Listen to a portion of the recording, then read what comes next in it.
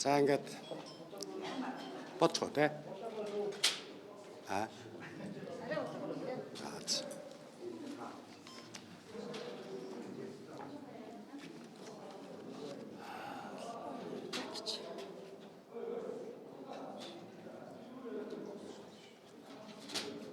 Хэн болсон гэж хэлье. Тэго. За ингээд та бүхэнд энэ өдрийн мэндийг хүргэе.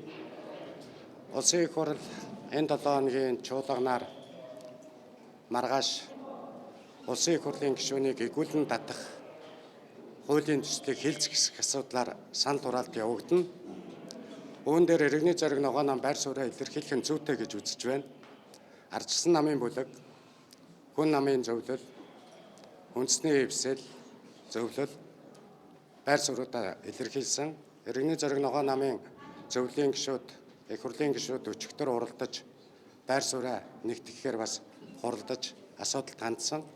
Ингээ иргэний зориг ногоо намын албан ёсны байр суурийг та бүхэнд илэрхийлье гэж бодож байна. За улсын их хурлын гишүүн миний би өөрийн баланкаар улсын их хурлын гишүүнийг эгүүлэн татах тухай хуулийн төслийг 3 сард санаачилж парламентод байршуулж засгийн газраас санал авахаар хөргүүлсэн. Засгийн газар ажлын 30 хоногийн дотор саналыг хэлцэж шийдвэрлэх ёстой. Ингээ ажлын 30 хоног буюу амралтын өдрүүдийг хасаад ажлын 30 хоног нь өчигдөр 14-ний өдрөөр дуусгар болж байгаа. Бас засгийн газар өнөөдрийн урдлаараа хэлцэх болов гэж харсан хэлцээгүй юм шиг байна. Ямар нэг санал бол өгөхгүй байгаа. Тэгэхээр улсын их хурлын гишүүдийг хариуцлагатай байх эгүүлэн татах тал дээр байр суурь иргэний зориг ногоо намын хувьд сонгогчдын өмнө эгүүлэн татах асуудлыг шийдвэрлэдэг эрх зүйн зохицуулт байх нь зүйтэй гэж үзэж байгаа. Гэхдээ Монгол Улсын ерөнхийлөгчийн өргөн барьсан улсын их хурлын гишүүнийг эгүүлэн татах тухай хууль дээр маргааш иргэний зориг ногоо нам санал өгөхдөө хэлц хэсэгтэр нь дэмжихгүйгээр саналаа гаргана. Яагаад гэвэл хэтэрхий өргөн хүрээнд улсын их хурлын парламентын бүрэн эрхийн хүрээнд цэц болон ёс зүйн асуудал гэх мэтээр дээрэс нь эгүүлэн татагдсан гишүүний ардах дараагийн гишүүн хэн байх вэ гэдэг асуудлыг зохицуулаагүй гэж үзэж байгаа учраас энэ хуулийг хэлцэх хэсгээр дэмжихгүй гэдэг улс төрийн шийдвэр гаргаснаа та бүхэнд бас илэрхийлж байна. Өнөөдөр Монгол Улсын их хурлын ерөнхий нарийн бичгийн дарга Үлзий сайхан танаа гэдэг хуулийн төсөл өргөн мэдүүлэх тов дох тухай гэдэг бичгийг хөргүүлсэн улсын их хурлын гишүүнийг эгүүлэн татах хуулийн төслийг улсын их хурлын даргад өргөн мэдүүлэх товыг тогтоож өгнө гэдэг бичгийг өнөөдөр Үлзий сайхан даргад гаргаж явуулсан байгаа. Энэ үрээндээ бид нар бас хуулийн төслөө үргэлжлүүлж явах болно гэдгийг бас илэрхийлж байна.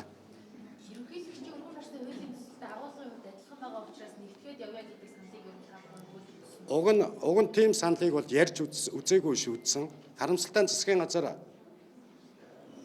өөрөө 30 хоногийн дотор ажлын 30 хоногийн дотор их хурлын гишүүдийн өргөн барьж байгаа хуулинд санал явуулах ёстой.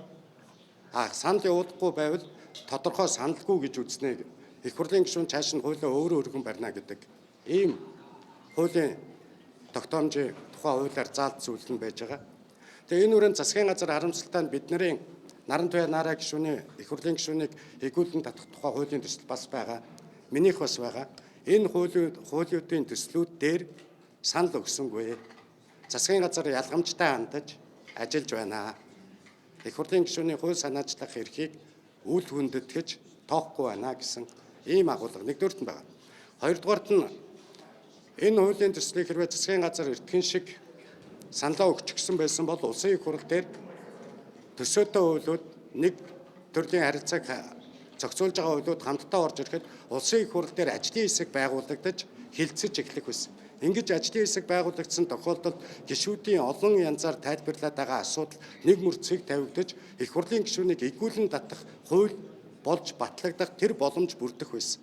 Тэгэхээр энэ боломжийг бүрдүүлж чадсангүй. Засгийн газараа чадсангүй, улсын их хурлын дарга бас чадсангүй. Тэгэхээр энэ ажлыг хийхгүй байгаа нь өөрөө тодорхой нэг зорилготой байна гэдэг энэ үүднээс асуудал хандж байгаа.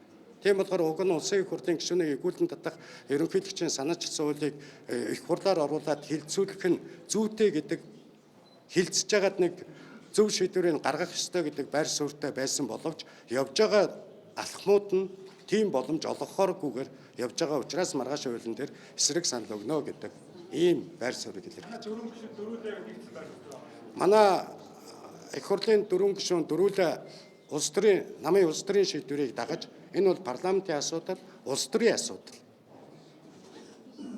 Энэ бол нам өөрөө баримтлах бодлогоо гаргаж тавьж байна гэдэг ийм асуудал. Тэгэхээр энэ дээр ижлэхэн коноп дарах ёстой. Хэрвээ өөр коноп дарсан тохиолдолд цаашид бид нар улс төрийн дэмжлэг намаас үзүүлэх хэсэг асуудлаа эргэн харнаа л гэж үзнэ. Хэд өргөн хүрээнд хэрхэн тодорхойлж байгаа ямар заалтууд нь өнөөдөр шаардлагатай. За тэгэд одоо жишээ нь улсын их хурлын үйл ажиллагаанд цэц дураараа оролцдог байдал байж болохгүй.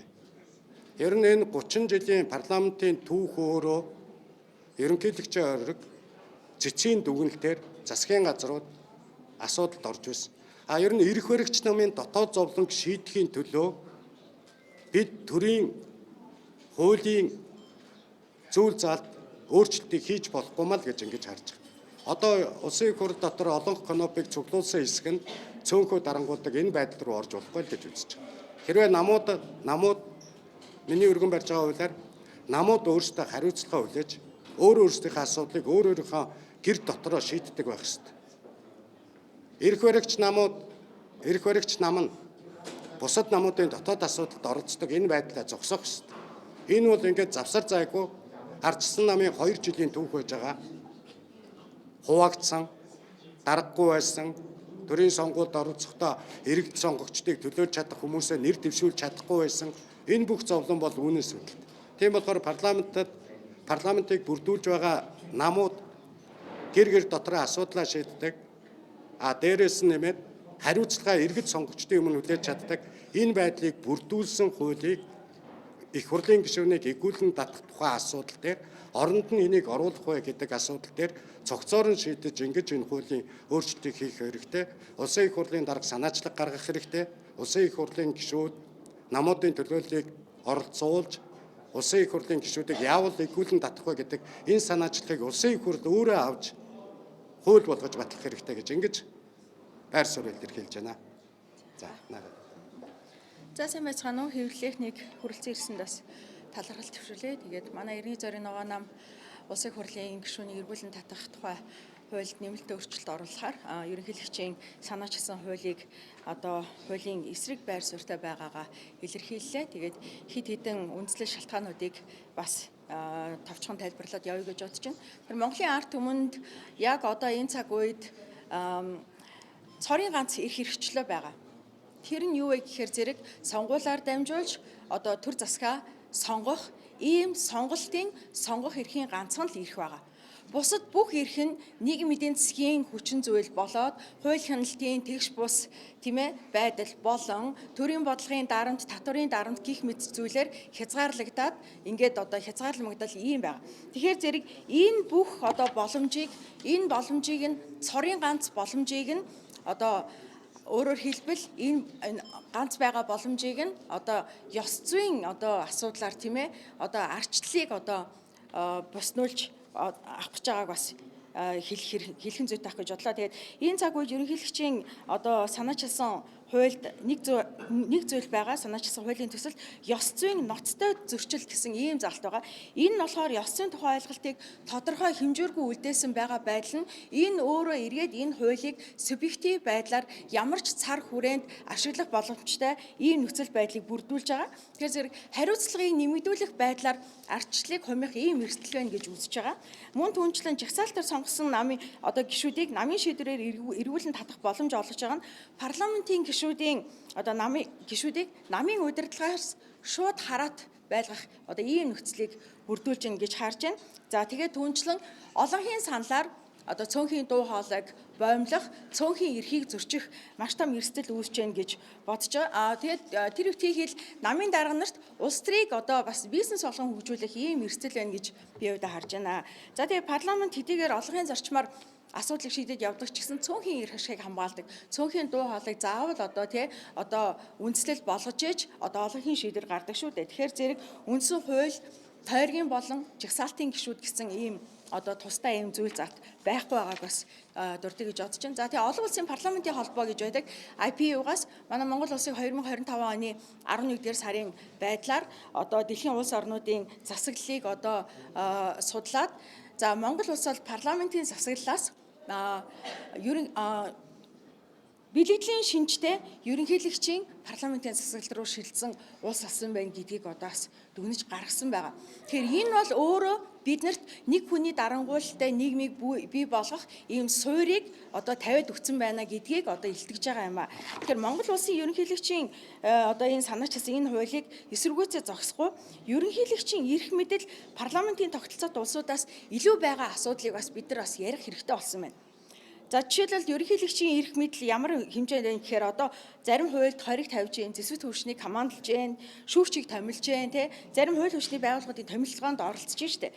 За энэ мэт асуудлуудыг тэгвэл бусад улс оронд энэ ерөнхийлөгчийн одоо засаглалтай улс орнуудын энэ зүйл парламентын засаглалтай Монгол улсад хэрэгжээд байгааг бас парламент өөрөө ерөнхийлөгчийн эрх хэмжээг бас эргээд харах ёстой болсон юм биш үү гэдэг ийм байдлыг бас бий болгож ин гэж удаа харж байгаа. Тэгээ энэ нь болохоор одоо жишээлбэл ерөнхийлөгч хүрсэх гэдэг хүний тухайн асуудал биш.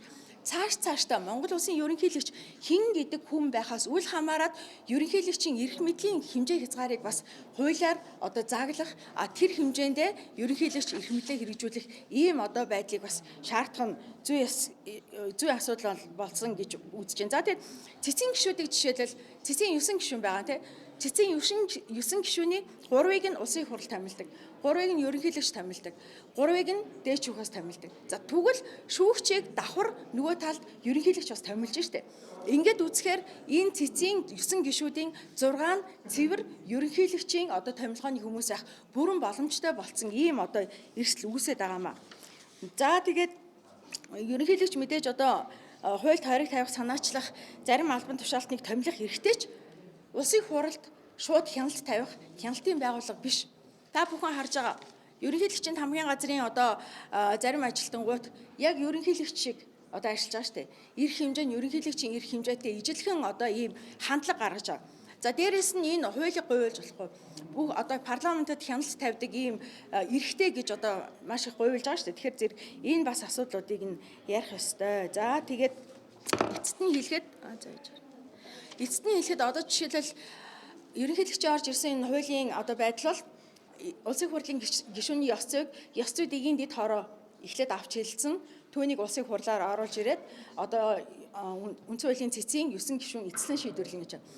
Бүх ард түмний за жишээлбэл 2024 оны сонгуулийн байдлаар 2.2 сая хүн иргэд одоо сонгуульд оролцсон. Тэгвэл 2.2 сая иргэдийн сонголтыг одоо даргын томилгооны буюу за одоо давуу олонх нь ерөнхийлөгчийн томилгооны үндсэн хуулийн цэцгийн 9 гишүүд шийдвэрлэх нь энэ өөрөө арчлалын зарчимд нийцүү гэдэг асуудал байгаа байхгүй. За тэгэхээр энэ мэдчихсэн. За нөгөө талаар ёс зүйн дэгийн дэд хорооны дарга өөрөө Монгол улсын иргэдийн татврын мөнгөөр төрийн одоо боломжоор гадаадд Германд одоо боловсрал эзэмшээд энэ боловсролын зээлийн сангаа одоо хүртэл төлөөгүй Монгол улсыг 250 сая төгрөгөөр хохироогоод явж байгаа. Тэгээ ийм хүн ёс зүйн дэгийн дэд хорооны дарга болцоход тэгээд бусад гишүүдийн ёс зүйг шүүх нь яг ямар вэ? Тэгэхээр энэ өөрөө ингээд анханасаа ийм эрсдэлтэй маш юм өрөөсгөл байдлаар орж иж байгаа учраас иргэний зориг ногоо нам арчлалыг хамгаалах Монгол улсын одоо арчлал бол Монгол улсын хамгийн том ололт байсан. Тэр ч утгаар өнөөдөр одоо парламент бас арчлалтай байх ёстой.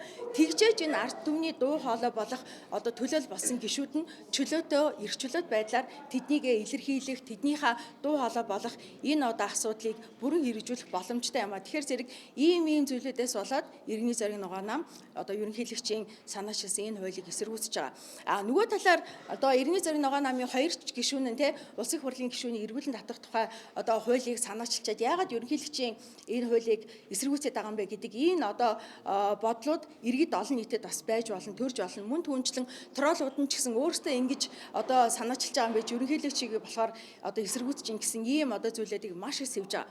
Энд нэг юм хэлмээр сонгосон ард түмэн эргээд буулгах энэ одоо эрхээ сонгосон ард түмэнд нь байх ёстой болохоос биш хин нэгэн дарга, хин нэгэн эрх мэдэлтэн ард түмний сонголтыг ямар байхыг шийдэх одоо боломж бол ерөөсөө олгож болохгүй. Энэ бол өөрөө тэр чигээрээ арчлалыг үгүйсгэж байгаа явдал болно. Тийм учраас намын дарга Батбаатар болон миний зүгээс одоо өргөн барьсан эргүүлэн татах тухай хууль бол одоо нам талаасаа илүү хариуцлагыг бичүүлэх байдлаар намын даргаих одоо ингэж орж ирж байгаа бол минийх бол улсын их хурлын гишүүний тангараг өөрөө маш тодорхойгүй өргөн хүрээнд ийм байна. Тийм учраас тангараг дээр илүү их одоо хуулийн зүйл залтуултыг оруулж өгье гэсэн байдлаар оруулж ирсэн байна.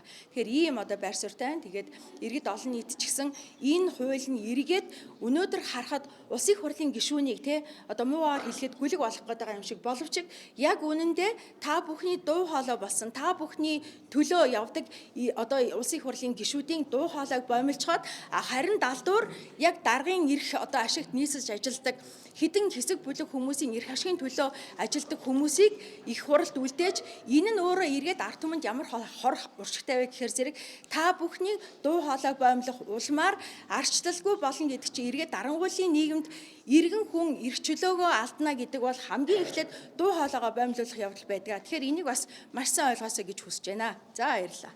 Улсын хурлын бодлого одоо зарим гишүүдийн зүгээс ёс зүйн асуудал дээр таны асуудал их кейс болгож ярьж баг таны одоо тухайн үйлдэлээс болж энэ хууль санаачилсан юм шиг яригдж байна. Энэ дээр бас тань үү. За яг Урган барьсан хууль чинь батлагдсан өдрөөс буюу өнгөрсөн юм ерөөс хамаагүй байна. тий яг энийг одоо бас иргэдэд бас хэлэх ойлгох учиртай юм лээ. Сэтгүүлчид ч гэсэн энэ дээр бас сайн ажиллаад өгсө гэж бодож байгаа. Яа тэгэл иргэд бүгдээрээ хуулийн мэдлэгтэй биш. Тэр үдгийг улсын их хурлд ороод ирсэн байгаа би ч гэсэн хуулийн одоо бүрэн мэдлэгтэй биш. Одоо л зацх бас мэдэж эхэлж байна.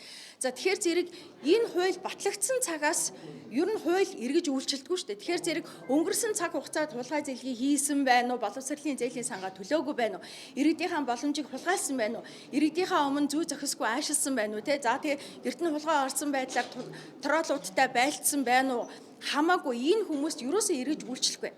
Иннээс цаашдаа харин шудраг дуу хоолойг боомлох маш том үндэслэл болж орж ирж байгаа гэдгийг аягуулсан ойлгоосоо гэж хүсэж байгаа. Тэгэхээр зэрэг энэ хууль батлагдсан өдрөөсөө хэрэгжих буюу эргээд өнгөрсөн цаг хугацааны бүх юм одоо нэгсэндээ утаа болж үлдэх юм уу эсвэл уучлал болж үлднэ л гэсэн. За нөгөө талаараа энэ хуулийг улсын их хурлд оруулж ирсэн өдөрт давхцаж ёс зүйн дэд хороо одоо миний асуудлыг хилцэх ийм асуудлыг одоо шууд хурал зарлж орчихсон ба. Гэтэл 48 иргэний гомдол гэдэг мөртлөө тэр дотор нь ердөөсөө тэр чигээрээ троллуудын мөн түнчлэн одоо хуулийн дагуу өргөдөл гомдлын маягт хангаагүй ийм бичиг баримтаар үндэслээд ингээ хурал зарлцсан. Тэгэхээр бас миний хувьд бас хардах эрхээ эдэлж байгаа.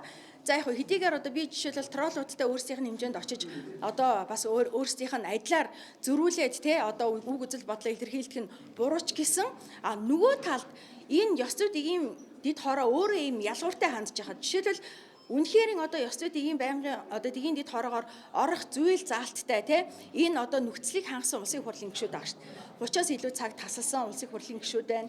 За мөн түүнчлэн улсын их хурл дотор те одоо энэнийхээ хөгжлийн бэрхшээлтэй байдлаар одоо доромжлон хутаасан те одоо хувь хүний эрхчлөөнд халдсан ийм асуудлууд байгаад байна. За жинхнээсээ гишүүдийн асуудлаар жинхэнэ иргэн те 1-2 иргэдийн одоо санал гомдол байна. Гэтэл тийм асуудлуудыг хилцгүй мөртлөө одоо Нарантуян нарыгийн асуудлыг маш яарвчлан те одоо ингээд шаардлага хангаагүй бичиг баримтыг одоо үндэслэн зохион байгуулж байгаа нь энэ өөрөө энэ ёс зүйн одоо хууль ямар төвшөнд хэрэгжих боломжтой гэдгийн хамгийн наад захын үлгэр жишээ болчихно. Тэгэхээр зэрэг энэ өөрөө маш ялгууртай одоо явагдах маш өндөр боломжтой байгааг бас сайн ойлгох хаа гэж байна. Ерөнхийлөгчийн өргөн барьсан хуулиар эргүүлэн татах асуудлын хуулийн төсөлч өөрөө улсын хурлын гишүүд хяналт хариуцлагыг хэрхэн одоо ногдуулах вэ гэдгийг өөрсдөө хэлэлцэж батлах учиртай шүү дээ. Тэгэхээр энэ дээр ямар байр суурьтай байгаа. Одоо бол баталсан тул бол байх бааш төслийн хэмжээнд тэгэхээр энэ дээр Ер нь бол хараа улсын их хурлын одоо ёс зүйн дүрм гэж өөрөө байгаа шүү дээ. Огт ёс зүйн дүрмгүй юм шиг, огт эргүүлэн татах тухай хууль одоо энэ улсын их хурлын тухай хуульд байхгүй юм шиг ийм одоо байдлыг дэврэгж байгаад те энэ хуулийг оруулж ирж байгаа байхгүй. Гэтэл эн чинь ёс зүйн дүрмд заасан байна шүү дээ. Ёс зүйн дүрмд дөрвөн үндслэл хийсэн байгаа. Тэн дээр одоо те мэдээж ард иргэдэд төлөөлөхөөс гадна хамгийн гол нь ашиг сонирхлоос ангид байх тухай юм яригдж байгаа шүү дээ. Гэхдээ энд гол нь хамгийн гол нь ард иргэдийн төлөө ажиллая гэж гарч ирчээд ард иргэдийн боломжийг хулгайлдаг энэ байдлыг хуулиар заагаад өгсөн байж хаад хязгаарч хэрэгжиж байгаагүй. Тэгэхээр зэрэг огт байхгүй хууль бол бас биш ээ. Энэ бол байгаа гагцхүү хэрэгжээгүй л асуудал байна гэдгийг л одоо олж харах зүйтэй ах гэж бодож байна. За баярлалаа.